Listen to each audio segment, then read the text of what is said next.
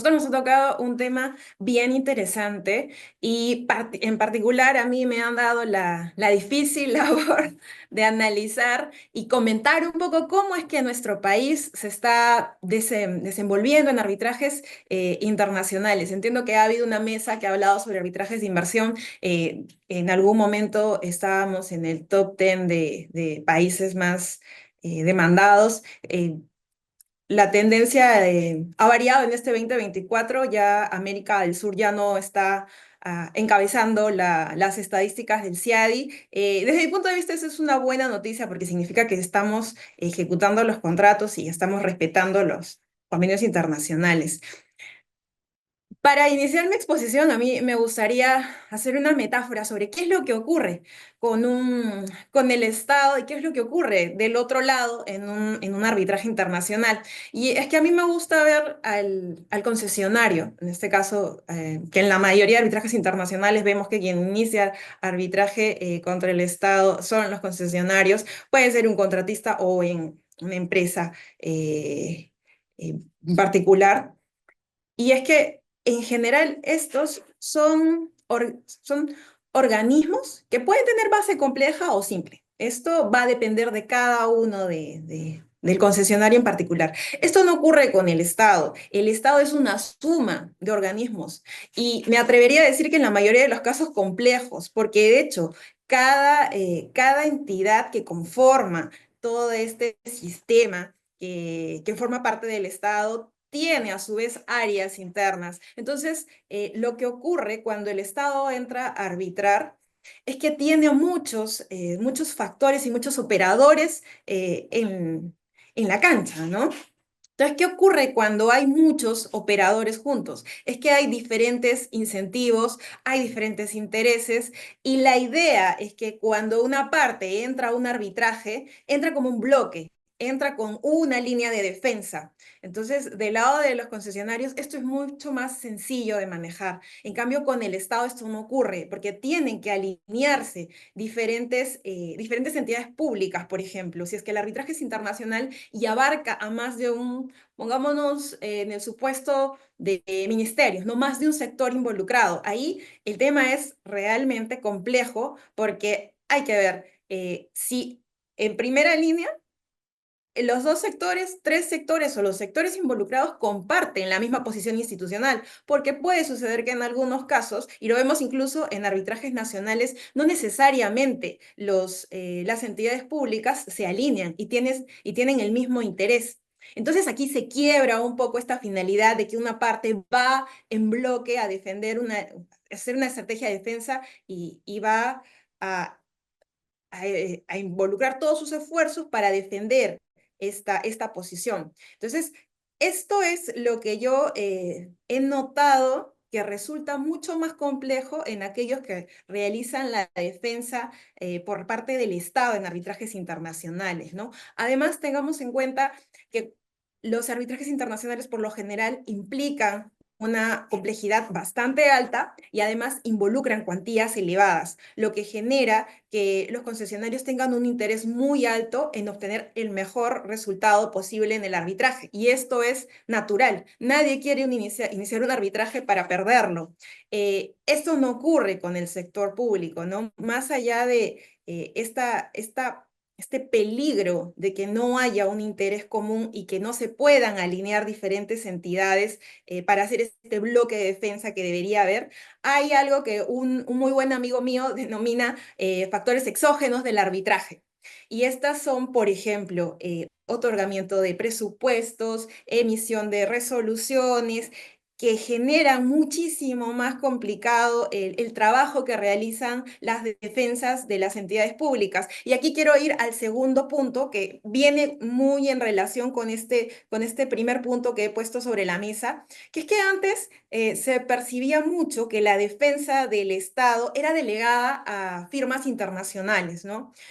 Precisamente porque la complejidad en estos arbitrajes suele ser muy alta, porque los tribunales arbitrales pueden estar compuestos no solo por profesionales nacionales, sino por profesionales internacionales. Entonces esto implica tener un staff de abogados que conozcan uno, el derecho que es aplicable al fondo, y dos, que conozcan un poco cuál es la tradición jurídica de los miembros del tribunal arbitral, que también aquí nuevamente eso abre una amplia de baraja de opciones, porque cada parte va a desplegar su estrategia procesal y un punto de partida en la estrategia procesal es determinar a quién voy a colocar como árbitro. Entonces, todos estos factores generaban que el Estado recurra a firmas internacionales para que ejerzan la defensa de la entidad involucrada en el arbitraje internacional. Lo que he notado ahora es que en general pueden ser municipalidades, ministerios, incluso gobiernos regionales, que están delegando esta función a sus propias procuradurías, lo cual revela que efectivamente en nuestro país se arbitra tanto que la práctica hace que estemos más adecuados y conozcamos más cómo es que fluye un arbitraje. Sin embargo, aquí yo noto que este es un tema que tiene que seguir puliéndose y tiene que seguir desarrollándose, ¿no? Es necesario que los profesionales que no delegan la representación en una firma internacional estén capacitados y conozcan todos estos aspectos que ahora he mencionado a manera pincelada, ¿no? Entonces ahí hay, lo que yo noto en este segundo punto es que el que las mismas procuradurías públicas de las entidades empiecen a ejercer la defensa en arbitrajes internacionales es un paso adelante respecto de cómo se sienten ellos preparados de cara a un arbitraje que que es internacional, ¿no? Porque para un nacional yo creo que hay muchas procuradurías públicas que ya tienen muchísima experiencia y se defienden bastante bien en los procesos nacionales. Eh, Esto finalmente en arbitraje internacional es un reto.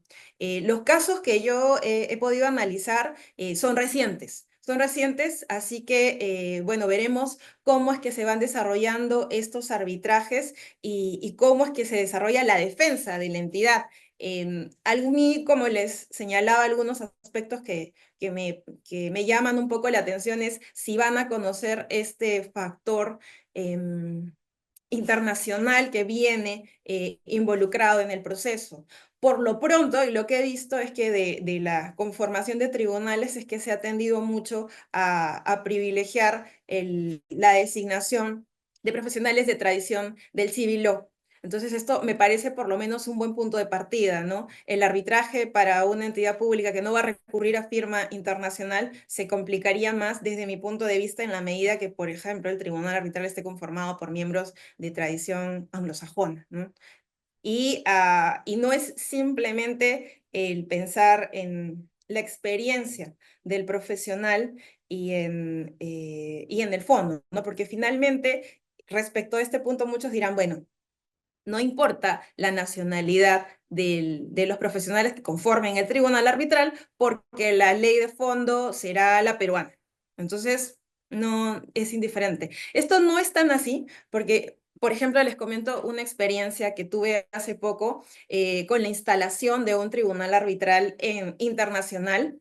En arbitraje internacional ocurre que las partes, se presenta la solicitud de arbitraje, la otra parte responde, se designa el tribunal y al momento de establecer las reglas del arbitraje, no es que se regresa a aquellos tiempos en los que había el acta, la audiencia de instalación de tribunal arbitral e íbamos y firmábamos el acta. No, no, aquí es una visión distinta a la que se da en el arbitraje internacional, ¿no? Sí, ya el tribunal arbitral convoca a las partes, pero las convoca de una manera práctica. Y es más, no llama audiencia a este convocar a las partes, no simplemente es llamada para acordar las reglas del arbitraje.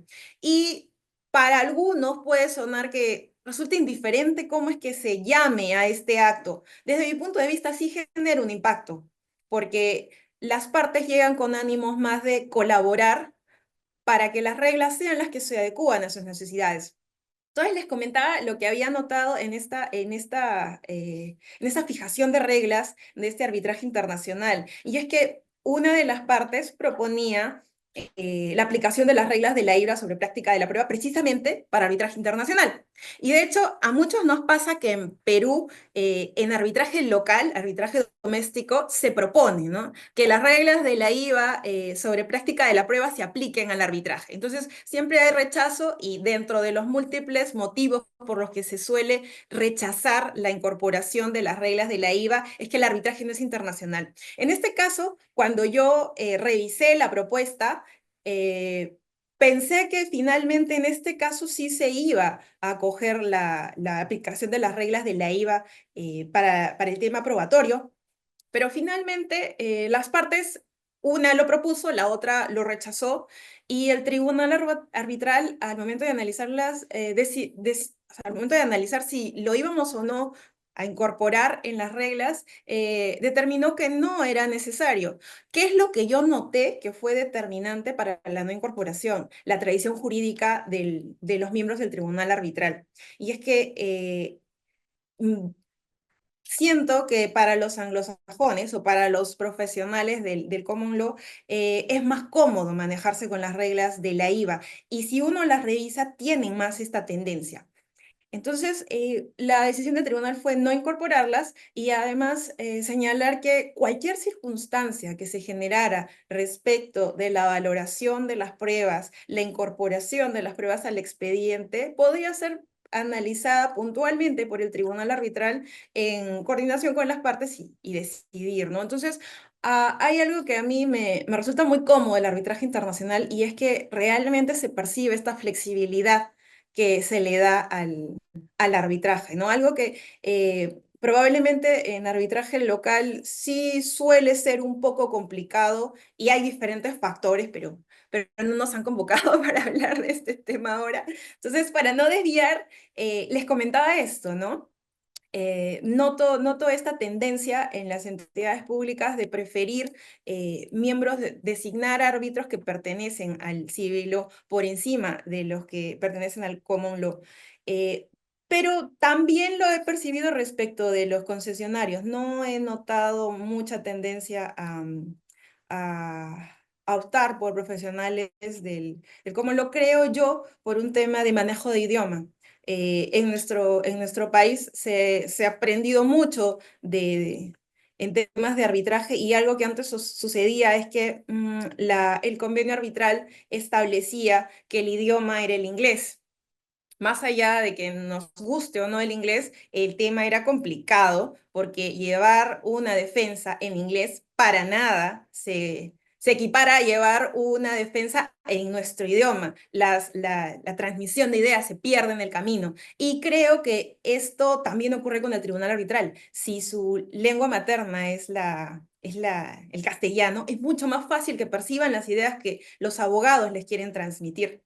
Ya me queda poco tiempo, así que no desearía dejar de mencionar algo que noto que es muy complicado para las entidades en arbitrajes internacionales, incluso con defensa de firmas extranjeras, ¿no? Y no desearía llamarlo burocracia, pero sí la rigidez que hay y este exceso de formalidades para diferentes aspectos que se vinculan con el arbitraje, ¿no? Por ejemplo, el otorgamiento de presupuesto suele ser algo que limita el ejercicio de defensa por parte de las procuradurías públicas e incluso de los abogados extranjeros, porque para todo es que tiene que haber otorgamiento de presupuesto. A veces este demora y en el arbitraje todos vamos contra el tiempo. La emisión de resoluciones particulares, en algunos casos resoluciones ministeriales, resoluciones autoritativas. Entonces, esto complica mucho más la defensa que se ha visto en los arbitrajes en los cuales el Estado participa y que son internacionales. Creo que me quedo aquí y guardo un poco de la segunda parte para mi segunda intervención. Muchas gracias, Enrique. Muchas gracias, Enrique. Muy interesante la intervención de Talía y la intervención de Natalia.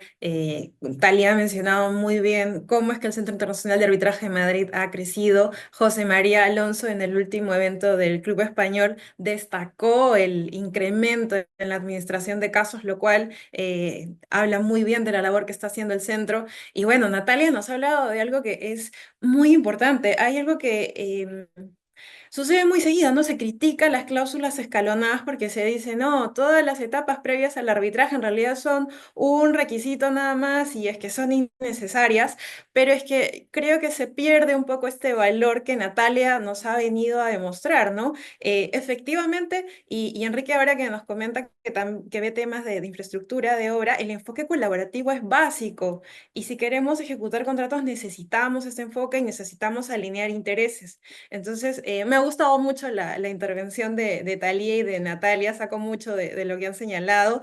Y bueno, respecto al tema que yo abordé, para concluir nada más, es un tema bastante complejo, hay mucho que analizar respecto de cuál es la labor y el desempeño que el Estado está teniendo en estos arbitrajes internacionales.